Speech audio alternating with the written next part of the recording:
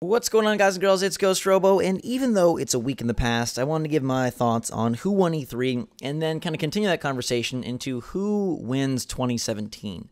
We've had half a year of games. We now know the lineup for the rest of the year of games, and it's interesting to consider who won E3 and then kind of parallel that or look at that in comparison to who wins this specific year, because E3 is always about a lot more than just the year in which it occurs. It's about the future years, and some companies choose to focus far further down the road than others. But alas, first E3. I thought in general it was a pretty solid show. I don't think it was amazing. I don't think it was super crazy. I don't think it brought many surprises. There were a few kind of big drops that I would categorize as Metroid Prime 4, Monster Hunter World, and then from there, I mean, Anthem, we knew that they were working on, BioWare was working on a new project, but that was kind of a surprise, and I think how good it looked, especially after the whole Andromeda debacle. But it wasn't one that really dropped like a bunch of megatons or one more things or mic drop moments. It just wasn't that year. It was much more of a catch-up year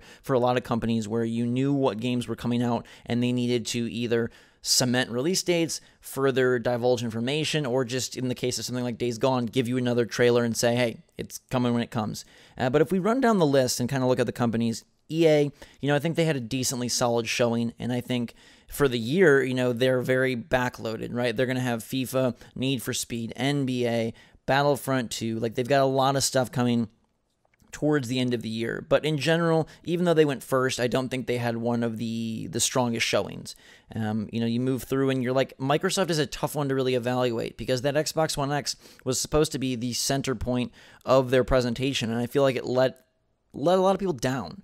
The price point being $500 is up there. And if you consider it from a straight up tech standpoint, it's a really great value. There's been articles recently that have evaluated like how much would it cost to get an Xbox One X caliber PC, and it's well over $800, not to mention controller, monitor, things like that.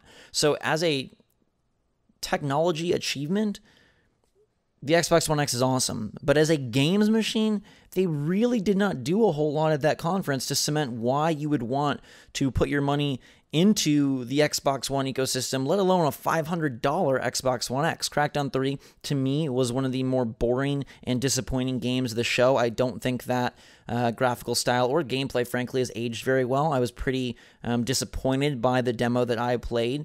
And Forza 7 looks great. Man, I got to play it in 4K on Xbox One X. I posted some footage in 4K that was direct feed. It's a gorgeous game, but I don't think that is going to flip anybody, to an Xbox One unless you're a hardcore racing fan. But this year has been we've been showered in great racing games, and there's still more to come. So I don't know that can really be a defining factor. And they really, they're in an odd spot with the whole play anywhere. It's on PC, it's on Xbox One X, it's on Xbox One, it's on Xbox One S. How that whole ecosystem all kind of runs out and runs down and makes sense by the end of the year, I'm not sure.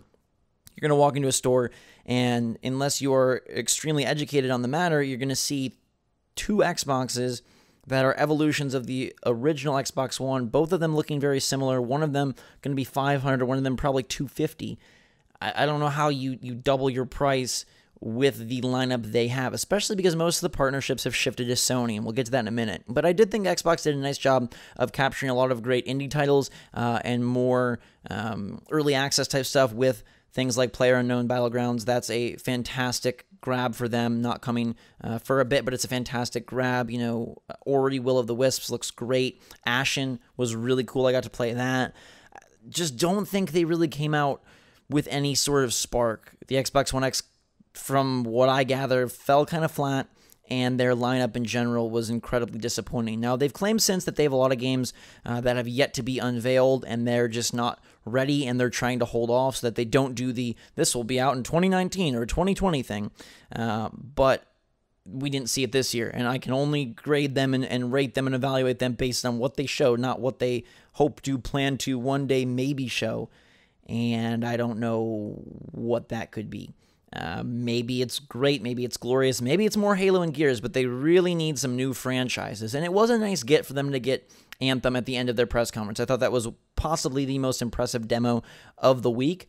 I don't know how that translates into a final retail project. I'm skeptical of things like that because of Destiny and how we were kind of burned on that, although that ended up becoming an incredibly successful, incredibly fun game with a massive player base that devoted thousands of hours to this world and this game.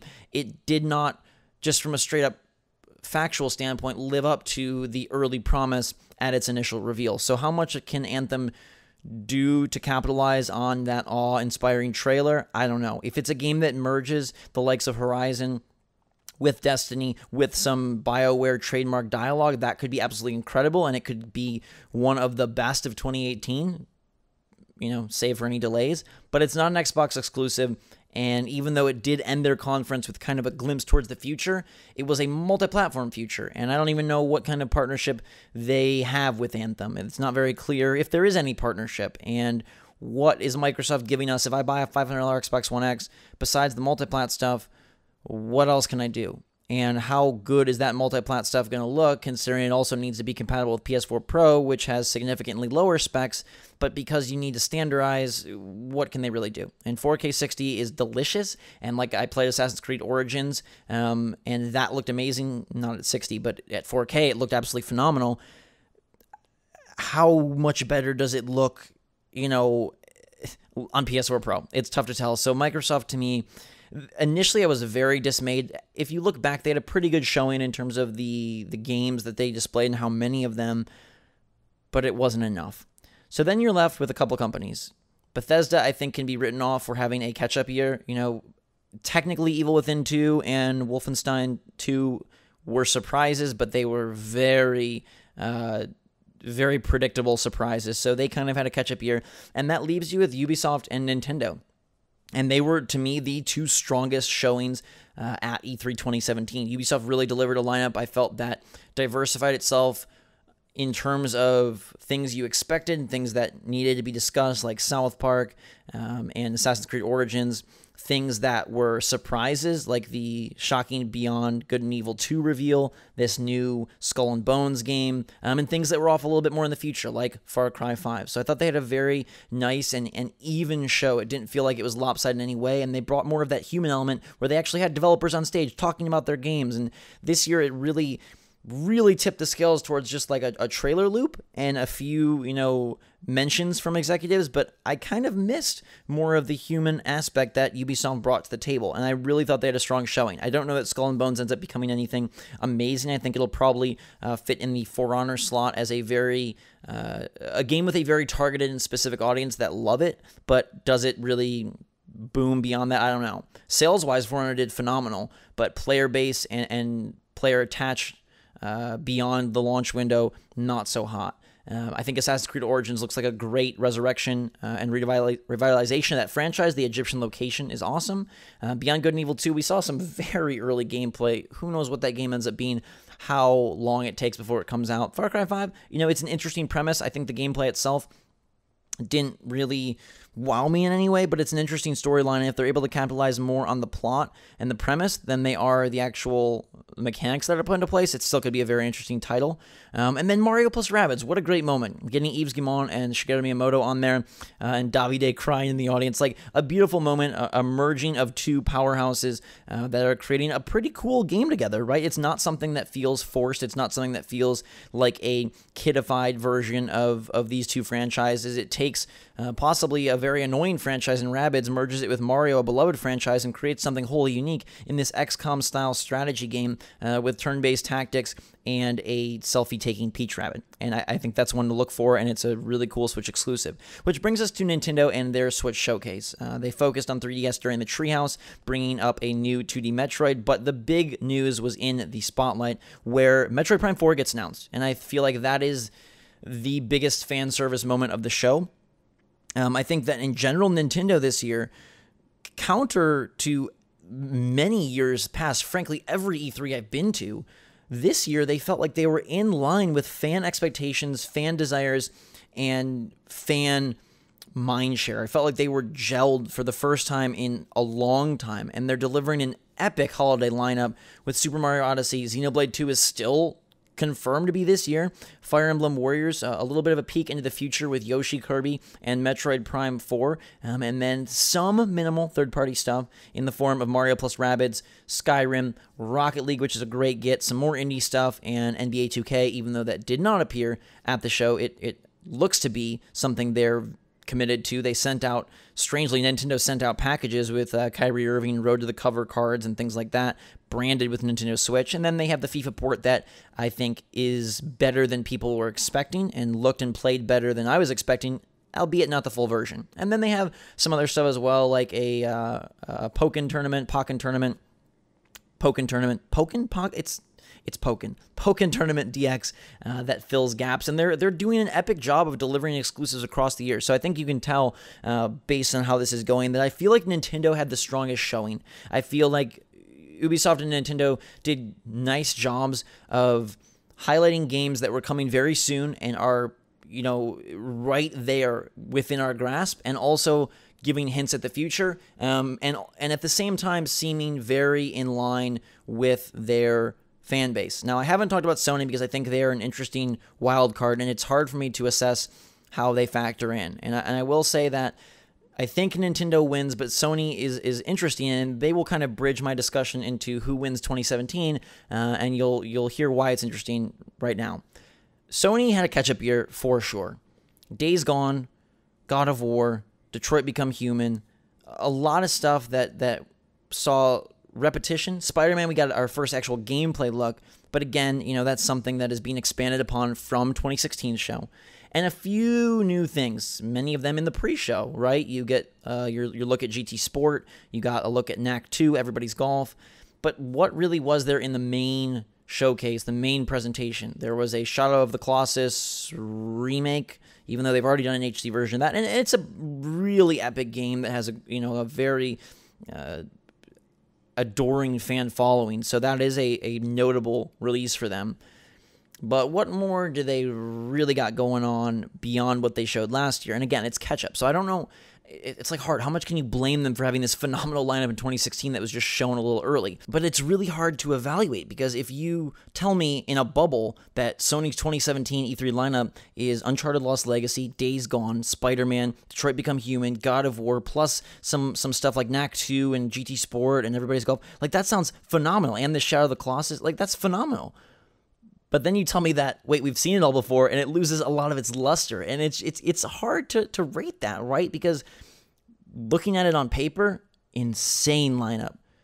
Realizing that we've seen it all before, I don't know how much you should factor that in. But where it gets interesting is that Sony does get credit for taking probably the 3 biggest multi-platform games of the year, these mega games that will sell and have player bases and hour counts and presences at every Walmart, Target, and GameStop across the world. Star Wars Battlefront 2, Call of Duty World War II, and Destiny 2. I mean, those partnerships are subtle inclusions at E3, but they're massive when you consider the appeal of those 3 tentpole titles.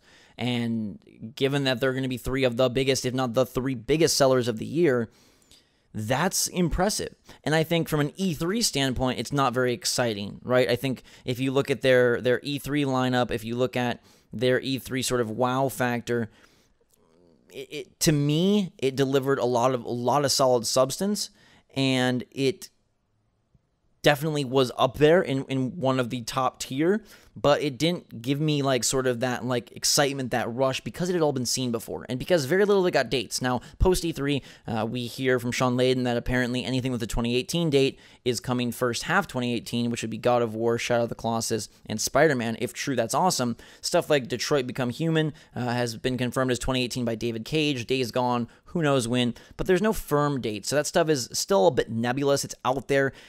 Sony obviously has PlayStation Experience, where they are going to try and put some of their best announcements, their biggest things at that show. And so it's like they're kind of an incomplete grade to me. If you combine the two, it's definitely easy to see how they could totally, quote, win E3 if you were combining their shows. But because they're split, it's hard. they say they have more announcements. They say there's more exclusives. You know, they didn't mention anything about Last of Us 2. And heck, they have a new Uncharted game, right? They've got stuff coming very soon. Uncharted Lost Legacy releases near the end of August, and that, by all accounts, looks like a stellar extra installment in that franchise with new characters and awesome, visuals and a new environment, new locale and action focus. It looks like it's going to be great. So they aren't slouching, but it feels more calculated and spread out. And Nintendo similarly, right? They could have a direct at the end of the year and announce more, but I just felt like vibe and overall presence and actual at the show, what's going on, Nintendo seemed to garner the most enthusiasm, most excitement. And if I had to vote and give like a sticker to one of them, I would pick Nintendo because I felt like they delivered such a real star-studded lineup and that big fan surprise, and seemed to come through with not many misfires, right? There wasn't that game where you're like, oh, geez, or there wasn't that segment where you're like, oh, God. I mean, it was 25 minutes of concise game announcements and quality reveals and new information and new trailers that were great. So, I think for me, E3-wise, to wrap that segment of this video up, Nintendo and then Ubisoft and Sony kind of close behind. Everybody else can kind of filter out how they do. But if we consider 2017 as a whole, you look and you say, okay, Ubisoft has Ghost Recon Wildlands and For Honor, which are two of the top sellers already this year. And they're going to be, again, hitting hard with Assassin's Creed Origins. They've got South Park. If Far Cry 5 had made it this year, I think they would be in the conversation for winning 2017. And obviously, we need to see the quality of these games. So this is a little bit retrospective, a little bit predictive. It kind of falls somewhere in the middle. But just kind of given my current state of mind on this discussion, they are up there, sort of like at E3, but not the top. And Microsoft, Halo Wars 2 and Crackdown and Forza, I think, no. EA is backloaded, like we mentioned, with Battlefront and the sports titles and Need for Speed Payback. Good, but not the winner. And look, like, it's almost impossible for a publisher not named Microsoft, Sony, or Nintendo to, quote, win a year. They don't have a console. They don't have the support of a first party, second party, none of that stuff. But the fact that Ubisoft is even in the conversation speaks to how strong I feel their year was in terms of delivering a pretty diverse lineup of games and continuing to support things like The Division and Rainbow Six Siege and giving us a look towards the future. And just in general, if you take them as one publisher without a console and without the benefits that Sony, Microsoft, and Nintendo, accrue because of that, they did a darn good job in 2017. So it really boils down then to Sony and Nintendo. And Nintendo has a very strong exclusive lineup. Breath of the Wild, Mario Kart, Splatoon, ARMS, Pokken Tournament, Fire Emblem Warriors, Xenoblade 2, Mario Odyssey. Delivering your two top franchises in the same calendar year is incredibly epic, and they delivered a new platform. But Sony really makes you think because they, so far, have had Horizon Zero Dawn, definitely a Game of the Year contender, even with the Switch's strong exclusives. Neo, Persona 5, they have had Gravity Rush 2, which was kind of an unsung, but I feel like had a cult following. They are going to have Knack 2, GT Sport, Everybody's Golf. They lack the big holiday boom, but they have those partnerships, right? And that's where it gets very interesting because they do have the Battlefront 2 edge. They do have the Destiny 2 edge. They do have the Call of Duty World War 2 edge. And from what I've played, those games are all going to be real good, and those games are all going to sell real well, and they're all going to be played primarily on PS4. So that gives them a notable advantage over Xbox or over Nintendo in terms of multi-platform titles. I guess then it just comes down to how do you weigh Nintendo's exclusives versus Sony's exclusives plus third-party prowess. And I think if you match it up eye for an eye, you go Horizon Zero Dawn and Zelda, and then you kind of take the Neo, Persona 5, Gravity Rush, and kind of throw those in against Splatoon and ARMS and maybe like a Xenoblade 2. And it really comes down to then this mega Mario title, this new, more open-ended Super Mario Odyssey that by all accounts looks incredible and maybe was game of the show and was my personal game of the show and had insane lines at the booth and it was talked, the talk of the town for the week, versus the power that a Battlefront partnership, a Call of Duty partnership, and a Destiny partnership give you. And I think that just kind of comes down to personal preference. If you're going to go based on exclusives, then Nintendo, I think, has it, right? I think they had the strongest 2017 strictly on exclusives. But if you look at overall, PS4 puts up a great fight and possibly a even stronger portfolio, given the fact that they do house every major third-party game. They do have a PS4 Pro that will put out those 4K graphics, not at the same caliber as an Xbox One X, but at a cheaper price. And, you know, it wasn't the centerpiece of their E3. And then they did have a great early year, and it seems like they are sort of flipping the script and going with this early year heavy exclusive calendar type of decision where, you know, they're going to have God of War and Spider-Man and Shadow early next year. And that's an incredible lineup. And then if they're able to put Days Gone in sort of this Uncharted August slot, you know, and I guess you could consider Uncharted Lost Legacy. Maybe you look at that and say, does that match up to Mario? And if it was Uncharted 4, absolutely. But I feel like even if it's not fair, people are undervaluing this Uncharted because it did start at DLC, because it is budget price, and because it is free with Season Pass. So you look at that as more of a, you know, we're lucky we get this DLC. Oh, it's expanded out into a full campaign-ish thing, but it's not really a true sequel. It's more of an expanded DLC that now is in this position of $40, but it's totally a $60 caliber product because it's made by Naughty Dog, who do excellent work. I don't think that stands up toe-to-toe with Mario, but I do think if you consider the whole picture, it probably gives Sony the win. So it's a really interesting year, and it's one that sees Nintendo surging and Sony maintaining dominance, and Xbox potentially struggling. It'll be really, really intriguing and I think kind of exciting to see what happens with the Xbox One X. Do people glom onto that with this appetite for 4K and for extreme power, or is it going to be left in the dust by cheaper Switch, cheaper PS4, and the ability to still experience all the exact same games, just not in 4K? You know, what is the penetration rate of 4K television and a need for 4K power? I don't know if it's enough to really swing the balance in Microsoft's favor, at least this year. Maybe as we go on, that becomes more of an issue, the fact that Xbox One X is notably more powerful than PS4 Pro or any other console in the market. But right now, without an exclusive lineup that really excites, and without any big third-party partnerships to sort of hang your hopes on, I feel like it's going to be rough waters for Microsoft.